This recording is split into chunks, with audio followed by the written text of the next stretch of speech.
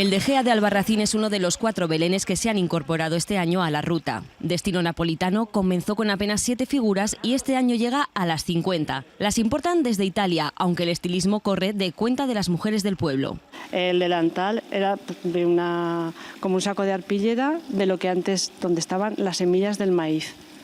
El trocico este de aquí se lo hice de ganchillo. Los napolitanos son nacimientos con mucho detalle y escenas costumbristas, lo que permite añadir guiños autóctonos. Hicimos una talla de San Bernardo y bueno, pues la representación es súper fiel a San Bernardo, es el patrón de aquí, de la localidad. Este otro Belén, el que se exhibe en el auditorio de Borja, lleva ya 3 años en la ruta y lo han notado en el número y la procedencia de visitantes. Gente de todas partes de España, incluso de Europa, hemos tenido hasta australianos. Hemos tenido mucha gente sudamericana. Sus 420 figuras se reparten en 70 metros cuadrados en los que se esconden guiños a la localidad como el Castillo de Borja, el Arco de la Carrera o la Casa Aguilar.